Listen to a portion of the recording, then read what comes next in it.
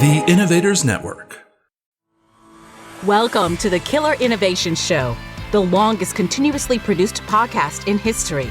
Each week, Phil McKinney brings you the insights and strategies to amplify your creativity and innovation skills. Here's your host, Phil McKinney.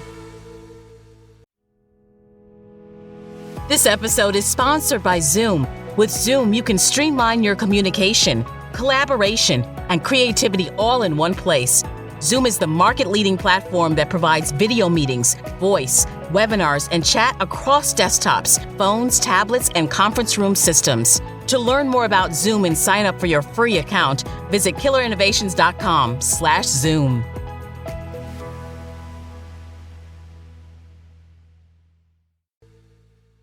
Welcome to another episode of Killer Innovations, where we explore the future trends that are reshaping industries. I'm your host, and today we have an incredible conversation in store for you. We're diving deep into the dynamic world of cable broadband technology with none other than Paul Broadhurst, the president and CEO of Technetics. This conversation couldn't be more timely as we stand on the brink of exciting transformations in the cable broadband industry. As an industry veteran, Paul brings a wealth of insights and knowledge to our discussion. Our conversation spans a wide range of topics, from the imminent DOCSIS 4 upgrades to network automation to the potential of cable broadband technology in the future. We also discuss the unique culture of collaboration and innovation in the cable industry, the promise of future-proof networks, and the intriguing possibilities with medical monitoring and security.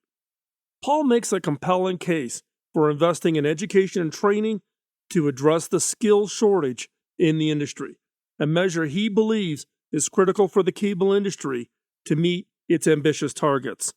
He also lays out a vision for the next 15 years, with self-healing, energy-efficient networks becoming the norm. This conversation will surely provide valuable insights, whether you're part of the cable industry, interested in the future technology, or just enjoying a great innovation story. But before we jump into this week's episode, follow, like, and share. Follow, like, and share us on your favorite social media platforms. This is a great way to help us reach more people and spread the word about the podcast. And if you're not receiving the free weekly newsletter, visit philmckinney.com and click on membership to sign up. So, without further ado, let's dive into this exciting conversation about the future of cable broadband with Paul Broadhurst.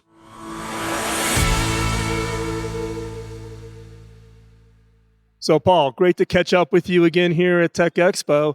It's an honor. So, what do you think of the show? How's the show been going for you? The show has been absolutely amazing. I'm very, very pumped with all the opportunity going on. COVID slowed us all down for a couple of years, and it took a year to recover. You know, last year it was a sort of, everyone, is it going to be back? And this year it's full force, full on, full force. I tell you, the energy on this floor is amazing. It's amazing. It's unbelievable. But I tell you, at 2:00 this afternoon, I'm going to go back to my hotel room and just flop out. I think. I don't know whether it's 2:00, but I'll tell you this evening I will. It's just been non-stop. And the thing that's very exciting is the positive attitude across the industry, the confidence. You know, cable broadband is king of the hill here in North America, and it's got all the parts and pieces and the ingredients to be king of the hill for many years. Yeah. And I'm so proud of everyone. Yeah, it's been amazing. The vendor support has been phenomenal. Yeah. And in fact, this year we have 75 vendors. This is their first Tech Expo ever. That's a record, is it? It is. Oh, you know, we're seeing a lot more. You know, Rogers sponsored the mobile pavilion. We've got a lot of the fiber players now coming in because they're working in the working groups on coherent optics. And so they wanted to be on the floor to start engaging with the community. It's a lot of excitement. Yeah, no, I'm so excited. It's been amazing this week, and they're very good support from the customers as well. You know, a few recent years, you know, there was a bit of restrictions on travel budgets, but I think that all the key guys are here. It's fantastic. Yeah. I've had a great And time. I mean, I've gone by your booth, and you guys are pretty busy. Oh, it's been crazy. That's a good thing, though, Well, right? it's crazy good. Crazy Yeah. good, yeah. So Come and see us I later. will. I walked by, but I'll give you a personal tour. Well, I didn't want to interview because you got customers. You got customers. You're very important, Phil. Don't worry. So, obviously, I think a lot of the energy here in the show was around DOCSIS 4 and the accelerated deployments that are getting ready. Everybody's announcing or about to announce or have their trial markets up. So what's your thoughts on the DOCSIS 4 and where Technetics is fitting in on that? Well, on DOCSIS 4 has triggered a new big investment in networks, because over the last 20 years, most of the investment has been at the CPE end and at the content generation, CMTS, digital TV end, and the HFC network in the middle has more or less stayed the same. And the main reason was because of analog switch off first and then digital TV switch off. So therefore, our customers have been able to get away with moderate investment. Mm-hmm. But now with DOCSIS 4, the need to get good upstream bandwidth, everybody has to upgrade their network. And of course, they have the option of do it cheap and just get the, DOCSIS 3.1 sort of high split. Yeah, high split, yep. Or make it future-proof. Mm-hmm. And I'm glad to say everybody is opting for the future-proof, which actually nowadays isn't much more expensive. And the technology we've got now, it's smart in terms of setup, smart adjustment. None of these fishing tackle boxes with plugins, the anti-millennial. What? Do these people do fishing? Oh, no. Anti-millennial. It's the cable version. Well, it's cable's version of a stick shift. I always joke that you can play Crazy Birds when you've done your job, in between things. But, it's actually, the key thing is actually compared with 20 years ago, there's a shortage of the skills, and that's really what we've been working very, very hard to fix, because these networks have all got to be upgraded damn quick. Well, you bring up an interesting point about skill sets, because in addition to the 4.0 upgrade, in the U.S., we have the largest amount of money being freed up for construction. And we've estimated that for our industry, not the other ISPs building out, but just for our industry, we need to hire between 400 and 600,000, 100,000 employees to complete the work on which just is the construction. Amazing opportunity. And this ties into the retirement, right? Because if you look at our field staffs and that, they're all kind of getting to that age. Yeah, the old field techs are all in their late 50s and early 60s. But, there's no reason why we can't train youngsters. And, we just make it a lot easier to do things. But they still have to be skilled. You can't just de-skill it to zero.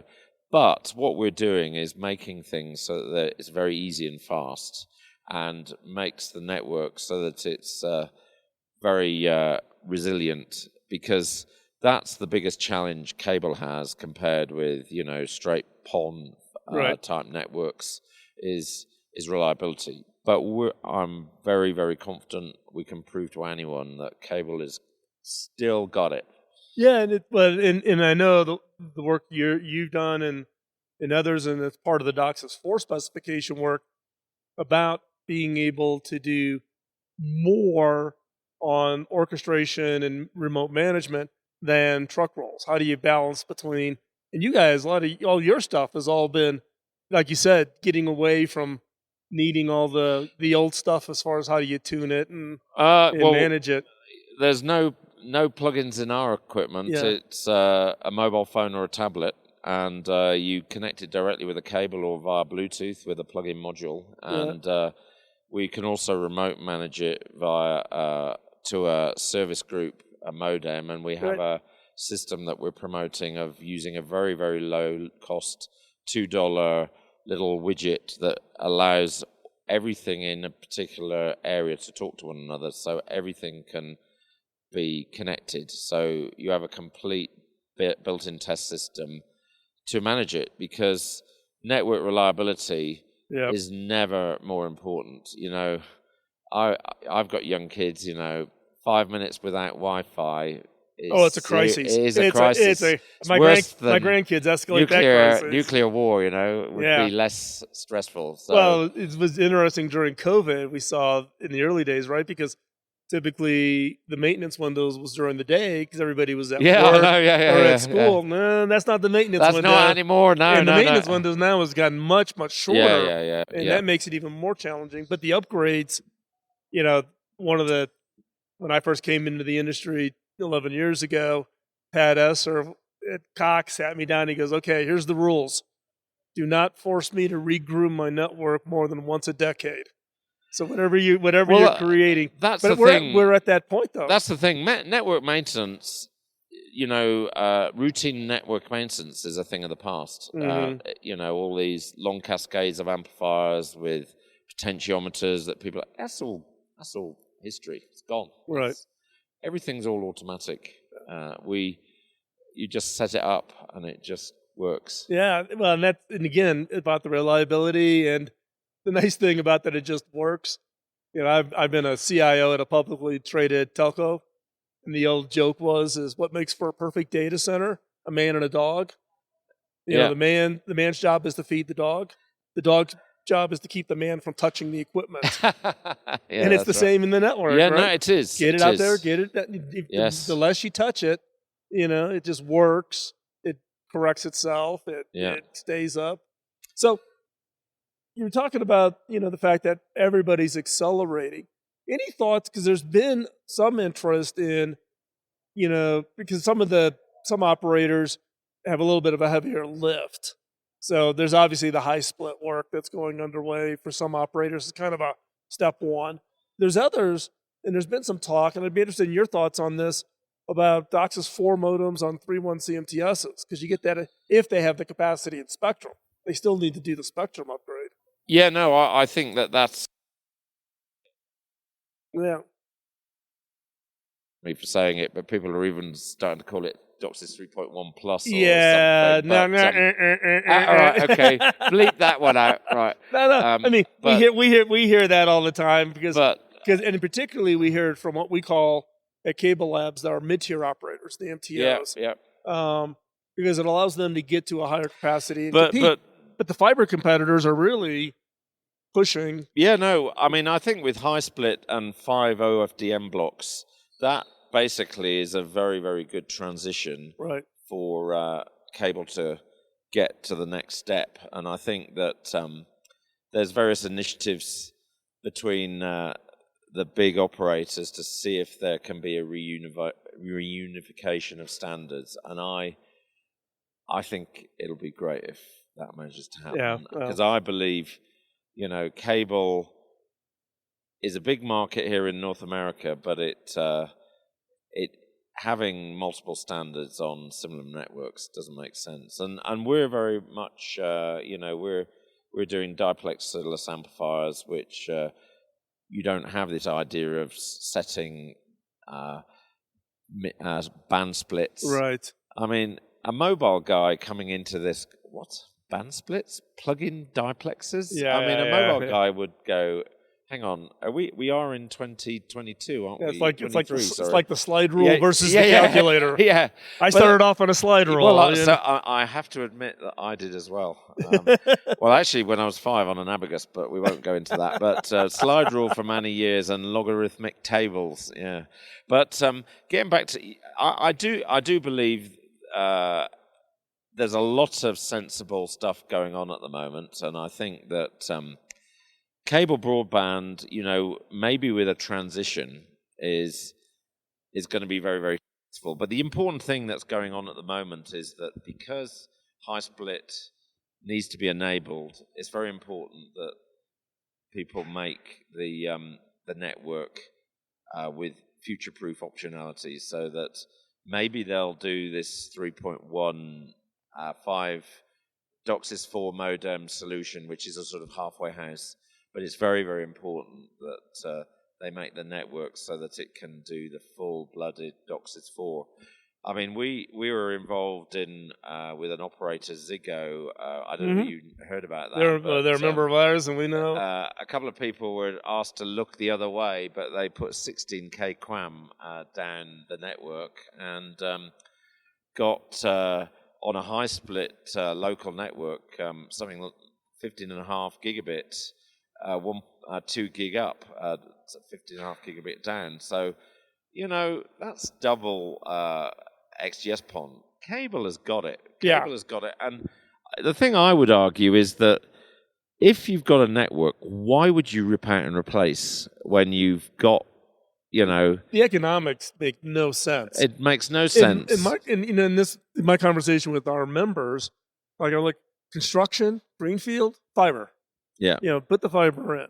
But in major parts of the world, we're the leading broadband provider, particularly for consumers. Yeah. And you can do an upgrade at 10 times the pace of lighting up homes. 10 times the pace and with very little customer disruption, because that's and the main significantly driver reduced of capital costs. That's the main driver of churn. And people talk about satellite. Well, satellite's great for very, very remote areas, but for metro areas, there is nothing better than cable, and it's in the ground, and it can do the job now.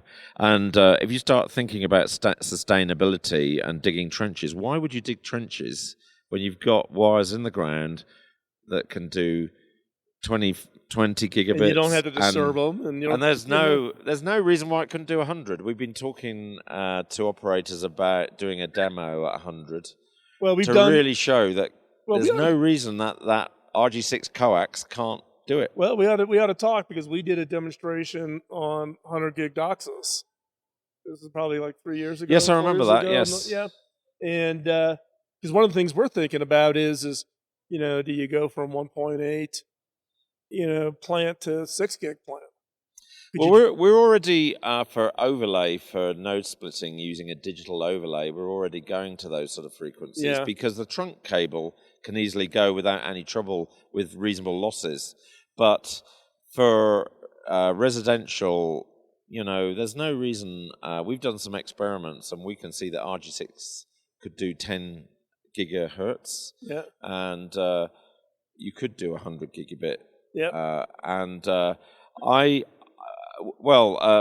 Several people have referenced that article you just talked about and say, right, can we have a demo? Yeah. And we're going to do it. Yeah. And it proves out that, again, the plant that this industry is invested hundreds of billions of dollars over the years still has multiple. Well, everybody always asks, is this the last version of DOCSIS? Is this the No. This thing. I always joke that whenever I run into like the old timers, and I go, thank whoever picked the media, the coax, thank you, because that puppy can haul a lot of spectrum. Exactly. Well, it's just a TM cable. It's no different from fiber. They're basically the same thing. Exactly. And if you, as I was saying earlier, get rid of these diplex filters and actually have it as with duplexers, so it's completely open both ways, which is effectively what FDX did. Yep. It's as good as fiber for into the 2040s, 2050s. So when you think about, let's take a step back and let's look 5 to 10 years out. What do you think the future holds? Not just for the industry, but I mean for networks in general. Where do you think we go? There's a lot of players coming in. There's the federal dollars coming in. There's you talked about satellite. I have the high performance Starlink built onto the bus here. So have I, but you'd be competing with a lot of people if you went out in that car park over there. I mean, I compete. I compete when I go up to like Washington State. I can see all the Canadians across the. Oh, those Canadians. Those darn Canadians. And and you can tell at 4:00 it starts to lag. Oh, right, right, okay. Yeah. So wireline broadband is much better. It's also very much more profitable than mobile. Yeah. Because spectrum is expensive. Exactly. But to answer your question, going out 15 years. I believe that these networks will actually keep going. I think that they will be a much more mature medium. So we're doing, as I was mentioning earlier, automating, putting lots of smarts. We have an automatic setup thing called Neuronics, which basically there's none of this adjusting levels and knowing how many dBmV things are and test meters. You just plug it in and it works. And the important thing is that the network will, if it has a problem, will self-heal. It'll raise a flag that we need to go and have a look. There's a fault, but it will keep working. In 15 years' time, no different from the network that feeds water into your house or feeds electricity into your house. There's no reason why that network that's there won't be just more efficient, lower cost to operate. So we're thinking about things in a slight. So we're thinking about the high technology. We're thinking about also our key customer is the field operations, the people who are actually installing and maintaining the network equipment. And we've got to really, really make their job easier. And then we've really got to think of the CFO. You know, we've got reduce electricity power consumption, make the network more reliable, make everything self-healing. 25, 30, 40 years, no reason. Yeah. So from a, you've been in the industry for a long time. You're viewed as a 35 years. You're viewed as a I started when I was 10. Yeah, I've tried that excuse myself. It doesn't. I jokingly say when I first came to the industry 11 years ago, I could get away for the first couple of years of saying I'm the new guy and play dumb. I don't get to play that card anymore. But I still feel I'm a new kid on the block. Actually, I do too, because everything changes. Yeah. And what's that's funny, when I first came to the industry after having been the CTO at HP, I got all these questions from the media, like, you're going to the cable industry? And I didn't have, other than as a customer of HP, I didn't have experience in the industry.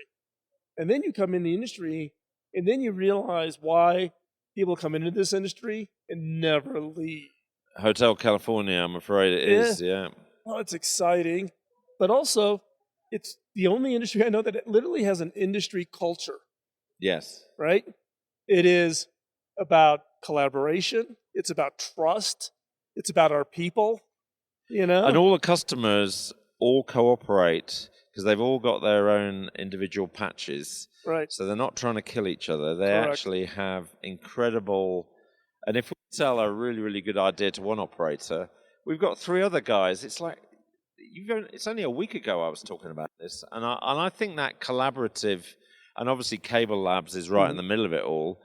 And there's loads of meetings that are going on this week and go on all the time. That collaborative culture, I love it. And I likewise also like, the...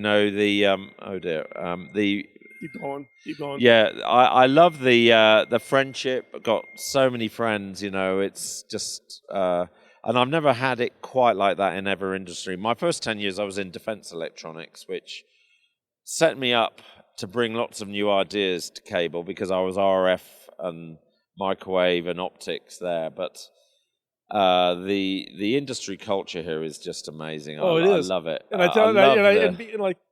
I jokingly say, look, if I was back at HP, it's not like I called my counterpart at Dell and say, hey, let's get together and share our R&D plans. No, exactly. Right? Here, everybody shares everything. And people move around. Like, we recently had, Bilal, who was our CTO. Oh, yes. He's now done to Comcast. Right. Yeah. Bilal wanted some operational experience. He didn't have an operation. So we said, okay, go join a lots team in Comcast. Go get some operational experience. So he went.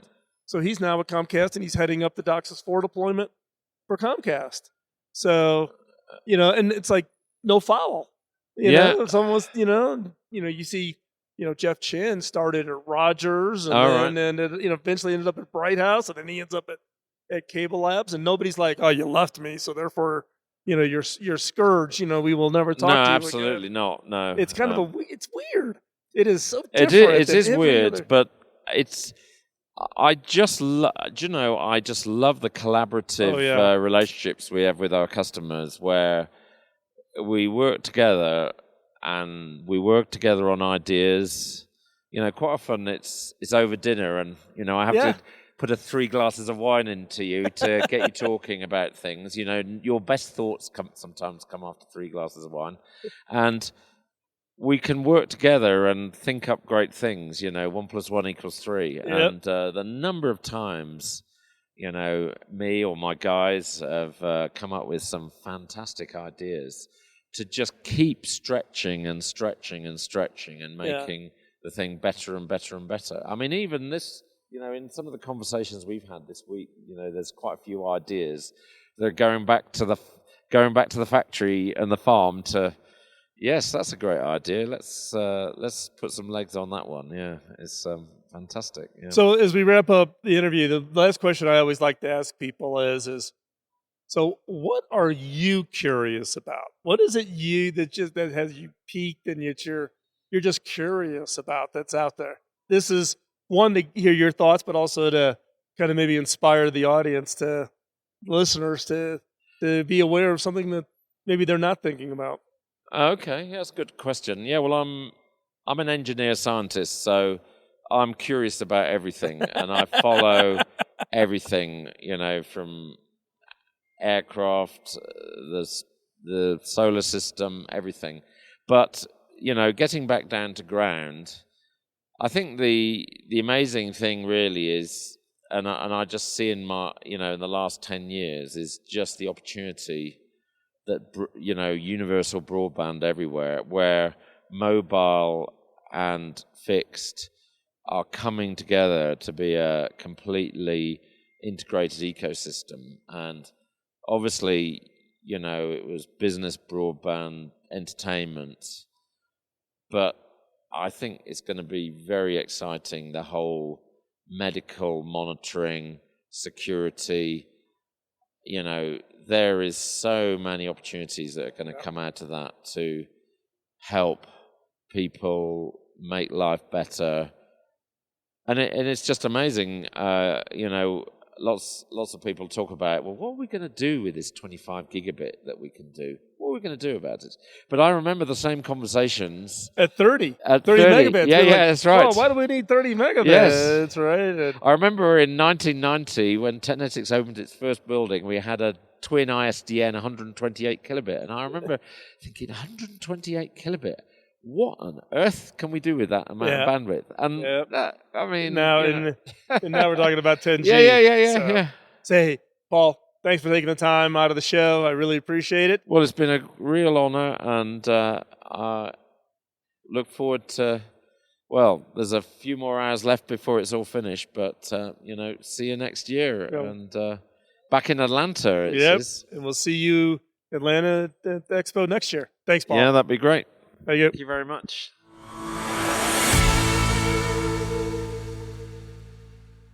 As we come to the end of another insightful episode of Killer Innovations, I'd like to take a moment to express my sincere gratitude to you, our cherished listener, for your time and engagement. Your continued support fuels our drive to explore and share fascinating insights into the trends reshaping various industries. Today's conversation with Paul Broadhurst was an enlightening journey into the dynamic world of cable broadband technology. It offered us a peek into the future, highlighting the possibilities and the challenges. The insights shared shed light not only on the technological aspect, but also on the human element that is central to innovation. I hope these discussions spark your curiosity and deepen your understanding of the complex topic and the role of broadband networks in our daily lives. However, we understand that our mission is to disseminate knowledge and foster innovation is not a solo journey. We rely heavily on your support to spread the word about our podcast. If you found today's episode engaging and informative, we encourage you to share it with colleagues, friends, and family who might also value these insights. Every share, like, or comment makes a significant impact. To make it easier, you can follow us on your favorite social media platforms and share your episodes directly. Leaving a rating or review on the podcast platform you use helps us reach a wider audience. And if you haven't already considered subscribing to our free weekly newsletter, this gives you access to exclusive content updates, and insights directly into your inbox. Visit philmckinney.com and click on membership. Last, we're also keen to hear from you. Your feedback, questions, and topic suggestions make our content more relevant and enriching. So reach out to us, share your thoughts, or even just say hello. You can send us a message directly from philmckinney.com.